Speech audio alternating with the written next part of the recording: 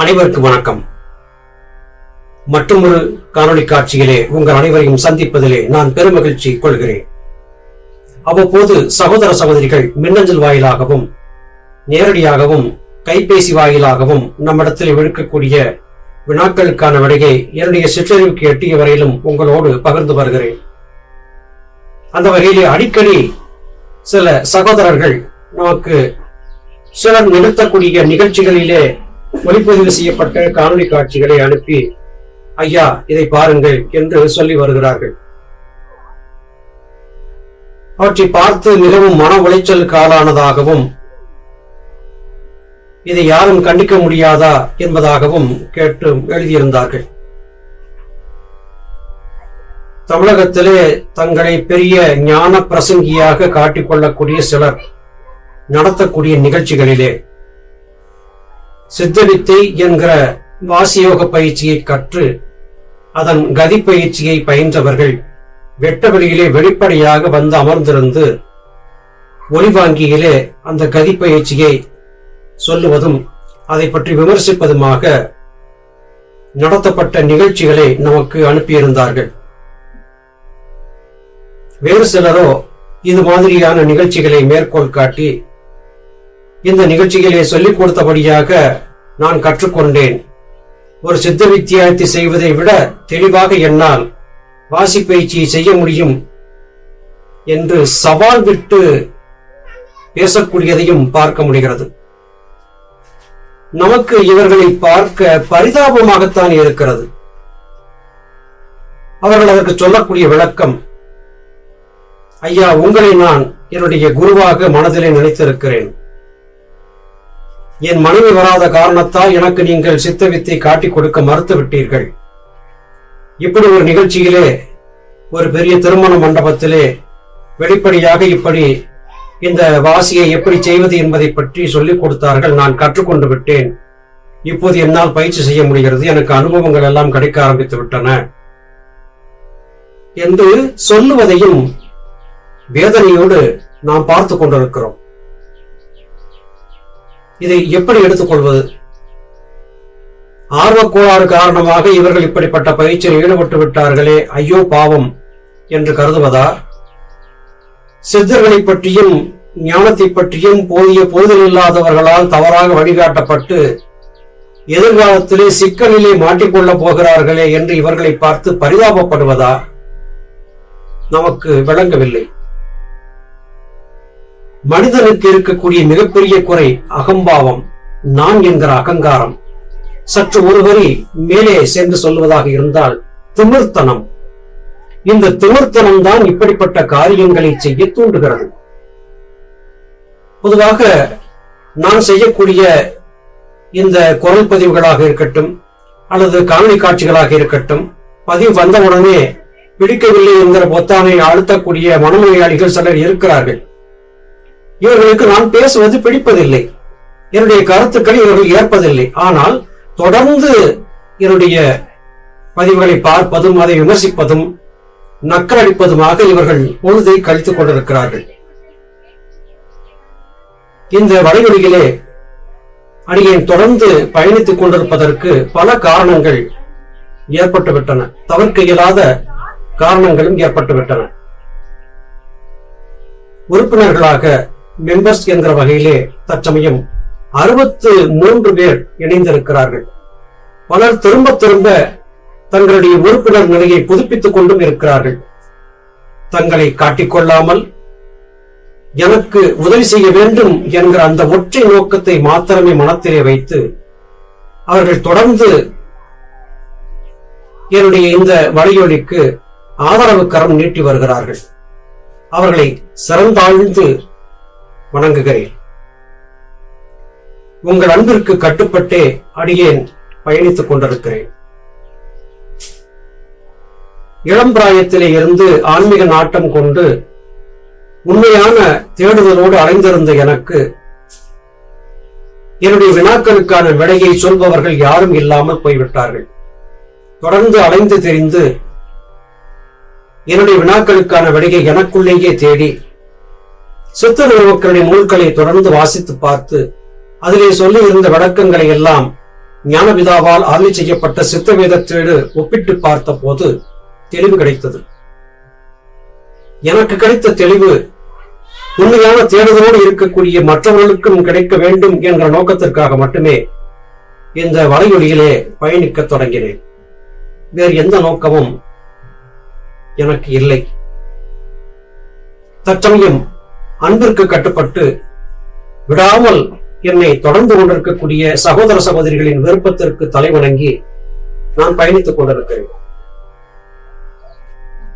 சித்த வித்தை காட்டிக் கொடுப்பதற்கு ஞானபிதாவால் அருளி செய்யப்பட்ட சித்த வித்தியாத்தின் நடவடிக்கை கிரமத்தை கடைபிடிக்க வேண்டும் என்பதை நான் வலியுறுத்தி சொல்லுவது பலருக்கு கசப்பை உண்டாக்குகிறது.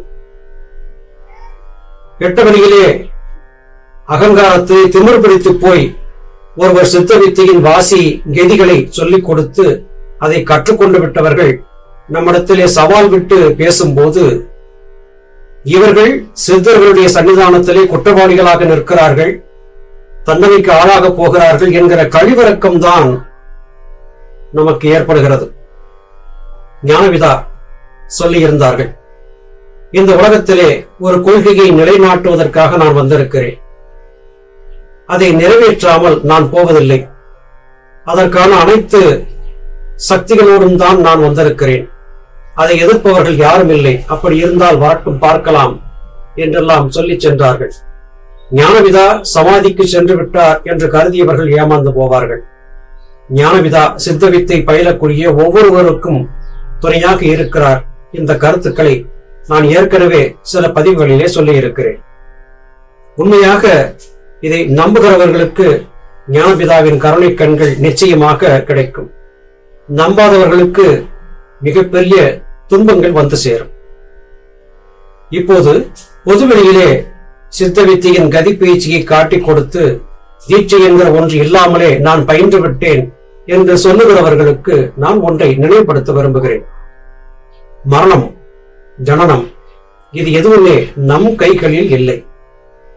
எப்படி பிறந்தோம், எப்படி இறக்கப் போகிறோம், எதுவும் நம்முடைய கைகளிலே இல்லை. சித்தர்கள் சொல்லிக் கொடுத்த யோக கலையை கற்கும் போது மரணத்தை வென்று அல்லது பிறவியை வென்று பிறவாமல் நின்ற நெடிய காலம் ஆன்மா என்கிற நிலையிலேயே வாழ்ந்திருக்க முடியும் என்பதை நம்பி பயிற்சியிலே ஈடுபட்டுக் கொண்டிருக்கிறோம். இதற்காக அவ்வப்போது ஆதாரங்களையும் சித்தர் பெருமக்கள் காட்டியும் வந்திருக்கிறார்கள். மரண தருவாயில் இருக்கக்கூடிய ஒருவனை அதிலிருந்து மீட்டு மோட்சத்திற்கு இட்டுச் செல்ல முடியும் என்பதை ஞானபிதா முதலாகிய சித்தர்கள் நிரூபித்து காட்டியிருக்கிறார்கள். கோவை மாவட்டத்திலே சாமையா என்பவருடைய ஜீவசமாதி வைக்கப்பட்டு பல மாதங்களுக்கு பிறகு மலேசிய தேசத்து சுற்றுப்பயணத்தை முடித்துவிட்டு வந்த சுவாமி அவரை பற்றி விசாரித்து தெரிந்து சமாதி சரியாக வைக்கப்படவில்லை என்பதை கண்டுபிடித்து முறைப்படி அவரை எழுப்பி சமாதி வைத்தார். சாமையா, ஏன் அவசரப்பட்டாய் என்று ஞானபிதா கேட்டபோது பல மாதங்களுக்கு முன்பாக சமாதி வைக்கப்பட்ட அவருடைய கண்களில் இருந்து கண்ணீர் வடிந்தது. சுவாமி தன்னுடைய இடையிலே வைத்திருந்த ஒரு சிறிய துணியை கொண்டு அவருடைய கண்ணீரை துடைத்துவிட்டு முறைப்படி அவருக்கு சமாதி வைத்தார் என்பதை மூத்த சித்த வித்தியார்த்திகள் மூலம் நாம் அறிந்திருக்கிறோம். இந்த நிகழ்ச்சி ஏன் நடக்கப்பட வேண்டும், எதற்காக சுவாமி இப்படிப்பட்ட ஒரு சம்பவத்தை நடத்தி காட்ட வேண்டும்? தலையை சாய்த்தபடியாக வைத்து சரியாக சமாதி வைத்ததை கூட கண்டுபிடித்து அதை நேராக்கி தன்னுடைய குழந்தையை தாயன்போடு அரவணைத்து பாதுகாக்கக்கூடியவராக ஞானபிதா இருக்கிறார் என்பதை எதிர்வரும் காலத்து சந்ததிகளுக்கு புரியப்படுத்துவதற்காகவே இந்த நிகழ்ச்சியை செய்து காட்டினார்கள். அப்பேற்கொற்ற மகான் உங்களை ஒவ்வொரு வினாடியும் கண்காணித்துக் கொண்டிருக்கிறார் என்று நான் சொன்னால் என்னை நீங்கள் நையாண்டியாக எதிர்த்து கேள்வி எழுப்பினால் அதன் பாவத்தின் சம்பளத்தை நீங்கள் அறுவடை செய்ய வேண்டியிருக்கும் என்பதை இங்கே எச்சரிக்கையோடு செல்ல கடமைப்பட்டிருக்கிறேன். ஞானபிதா சுவாமி சிவானந்த பரமஹம்சர் மாத்திரமல்ல, அனைத்து சித்தர்களுமே உண்மையான யோகிகளை கண்காணித்தபடியாக இருக்கிறார்கள். அவர்களின் ஞான பயணத்திற்கு உதவுவதற்கு காத்திருக்கிறார்கள். ஆனால் தவறான ஒருவன் தவறான குறுக்கு வழியிலே எதையாவது செய்ய நினைத்தால் அவனுக்கு சவுக்கடி கொடுப்பதற்கும் சித்தர்கள் காத்திருக்கிறார்கள். மூர்க்கத்தனமாக நான் சொல்லுவதை மறுக்கக்கூடியவர்கள் ஒரு காலம் வரும், உங்களுக்கு தண்டனையும் கிடைக்கும், அப்போது நாங்கள் சொன்னது உண்மை என்பதை புரிந்து கொள்வீர்கள். அகங்கார வயப்பட்டு திமிர் கொண்டு வெட்ட வழியிலே எல்லாவற்றையும் வெளிப்படுத்தி நான் இதை சொல்லிவிட்டேன், என்ன செய்து விட்டார் உங்கள் சுவாமி என்று சவால் விடுகிறவர்களே, எச்சரிக்கையாக இருங்கள். உங்களுக்கான தண்டனை காத்திருக்கிறது என்பதை கடினமான முறையிலே இங்கே சொல்ல வேண்டியது அவசியமாகிறது. ஞானபிதாவை நம்பியவர்கள் கெட்டதில்லை, சித்தர்களை நம்பியவர்கள் கெட்டதில்லை. கெட்ட வழியிலே இந்த யோக கலையை காட்டிக் கொடுத்து இவ்வளவுதான், இதில் ஒன்றும் பெரிய விசேஷம் இல்லை என்று சொன்ன அறிவாளிகளே, உங்களுக்கு ஒன்று தெரியுமா? தீட்சையை காட்டிக் கொடுப்பதற்கு தீட்சையை பெறுபவனுக்கு என்ன விதமான தகுதிகள் இருக்க வேண்டும் என்பதை குருமார்கள் வரையறுத்து சொல்லி இருக்கிறார்கள். தீட்சையை பெற வந்தவன் நல்லவனா, கெட்டவனா, குடிகாரனா, மது போதையிலே திளைப்பவனா, பல பேருடைய வாழ்க்கையை சீரழித்தவனா, நேர்மையாளன் தானா, சிவகாரணி ஒழுக்கம் தவறி நடப்பவனா, இதை பற்றி எதையுமே ஆராய்ச்சி செய்யாமல் எல்லோருக்கும் இதை காட்டிக் கொடுத்தால் இதனால் வரக்கூடிய பாவத்திற்கான தண்டனையை நீங்கள் அனுபவிக்க வேண்டும் என்பதை ஒரு வினாடி நேரம் கூட சிந்திக்கவில்லையா என்று நாம் கேட்க வேண்டியிருக்கிறது. மிகுந்த ஆழ்ந்த வருத்தத்தோட இங்கே இதை நான் சொல்லிக் கொண்டிருக்கிறேன். திரும்பவும் சொல்லுகிறேன், நான் எந்த பதிவை செய்தாலும் எல்லாவற்றுக்கும் வியாக்கியானம் செய்து விமர்சனம் செய்வதும், பிடிக்கவில்லை என்கிற பொத்தானை அழுத்துவதும், எனக்கு மின்னஞ்சலிலே என்னை ஏசி மின்னஞ்சல் அனுப்புவதும், என்னை கண்டிப்பதாகவும் தண்டிப்பதாகவும் மிரட்டல் விடுப்பதுமாக சிலர் பயணித்துக் கொண்டிருக்கிறீர்கள். பெயர்களை சொல்லி என்னால் இங்கே சுட்டிக்காட்ட முடியும். அவர்களைப் போல தரம் தாழ்ந்து செல்வதற்கு நாம் விரும்பவில்லை. ஒன்றை மாத்திரம் புரிந்து கொள்ளுங்கள், சித்தர் பெருமக்கள் உங்களை கண்காணித்துக் கொண்டுதான் இருக்கிறார்கள்.